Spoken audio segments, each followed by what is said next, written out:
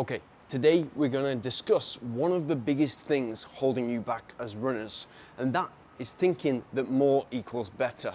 Whether it's more mileage, whether it's a bigger interval session, or whether it's a longer long run, we're all guilty of this, and I was definitely guilty of this in the beginning of my running career.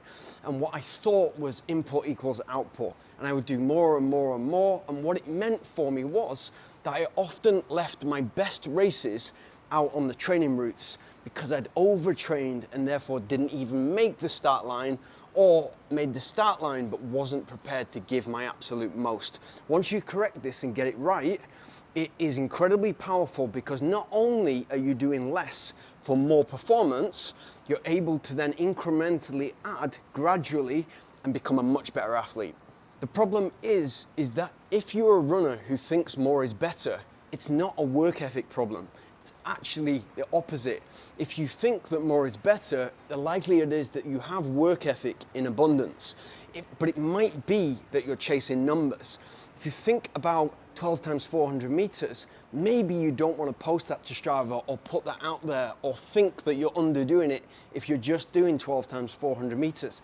But perhaps that's exactly the right step that you need to take now in order for you in the future to be able to do more volume than that.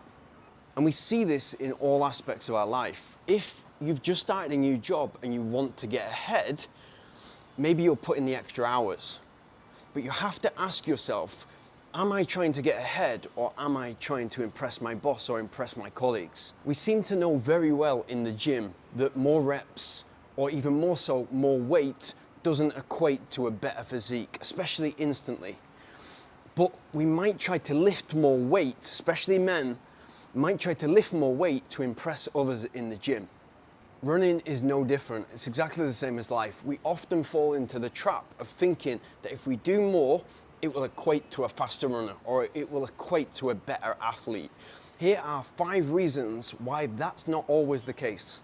Number 1, the superpower you have as a runner, and especially a distance runner, is the appreciation for consistency and discipline and delayed gratification. It's the consistency over the weeks and over the months and over the training schedule that will make you a better athlete. So it's not about one big workout.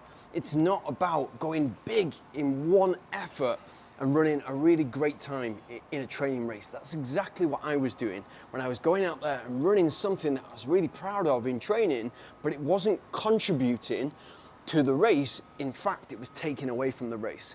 So rather than aiming for big workouts that make you feel good, aim for consistency over time. And that might look like to you, exactly as it does to me, boxing off that Wednesday interval session and that Sunday long run, then having a couple of recovery runs and a couple of easy runs in between that help enhance the recovery and therefore boost your overall aerobic capacity, your overall volume. Number 2, the obvious risk of injury and the dangers of overloading. If you take a typical interval session like 20 times 400 meters, an interval session can be as hard or as easy as you make it, of course, but 20 times 400 meters is about as difficult as an interval session comes. Now, it's attacking a certain training stimulus that's feeding into your end goal, your race. If you then add another 10 reps and do 30 times 400 meters, is that going to make the training session any harder or any more beneficial? No. In actual fact, it's going to take away from that 20 times 400 meters. It's going to mean that you're attacking a slightly different training stimulus and you're not able to run those 400 meter reps, those initial 20, at the pace that you were initially supposed to. So reducing the training session's effectiveness is not only going to push you into a different training stimulus, you're also jacking up the volume from 8,000 meters to 12,000 meters, 50% more, which is putting you into a danger zone when it comes to injury risk. Number 3, progress, not perfection. As a runner, your superpowers are, yes, your work ethic, but it's also your respect for the discipline, consistency, and the delayed gratification. What we're trying to do is when we look back 13 weeks before, we're trying to look at a completely different athlete. And over the weeks and months and the training schedule, as long as we stay consistent, we're looking back at a different athlete altogether. But that only happens if you've got consistency, which means you're doing the recovery runs and easy runs slow enough so that you can really attack the interval session and long run, which is where you're getting the super compensation from. That is all the training schedule is.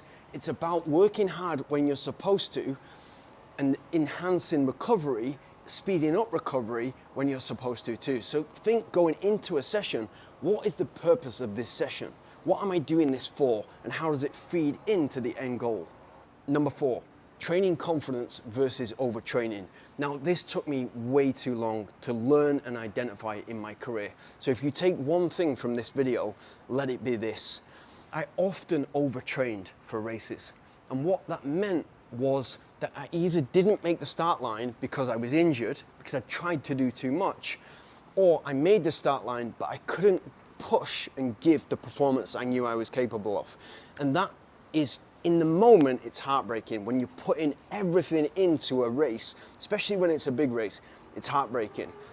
What that would look like in training was I would do an extra 2 or 5 reps in an interval session. I would do an extra 5 or 10K in a long run, or I'd do an extra recovery run or an extra cycle session. Try to add more volume. The reason for that, and again, it took me years to understand this, was a lack of confidence in my training schedule, a lack of confidence in the process.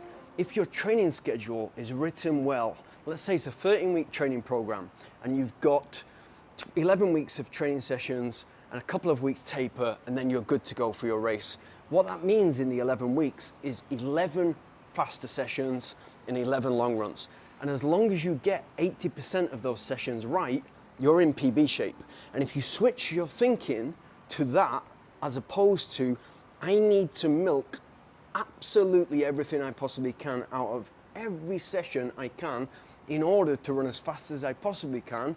If you switch your thinking to, I just need to get 80% of these sessions right, and therefore if I wake up tomorrow, it's meant to be interval day, but I've slept 2 hours instead of my usual 8, maybe it's okay to either bring the session down or push it to a next day. If you're able to get into that mindset, what it's going to mean for you is more races and better performance, so you're reaching towards your potential.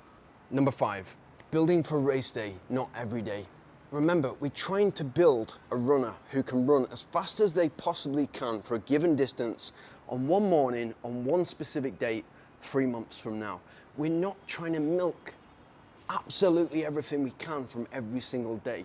So it's the consistency, not excess, that's going to get you there. So having the consistency and having the discipline, not just to implement the runs every day and get out there, but the discipline to hold back when we know we need to, and to push when we know we need to equally. So the next time you're tempted to do more, ask yourself this: am I training in a smart way, and does that relate to the goal, or am I just trying to chase numbers? Am I trying to get ahead, or am I trying to impress my boss?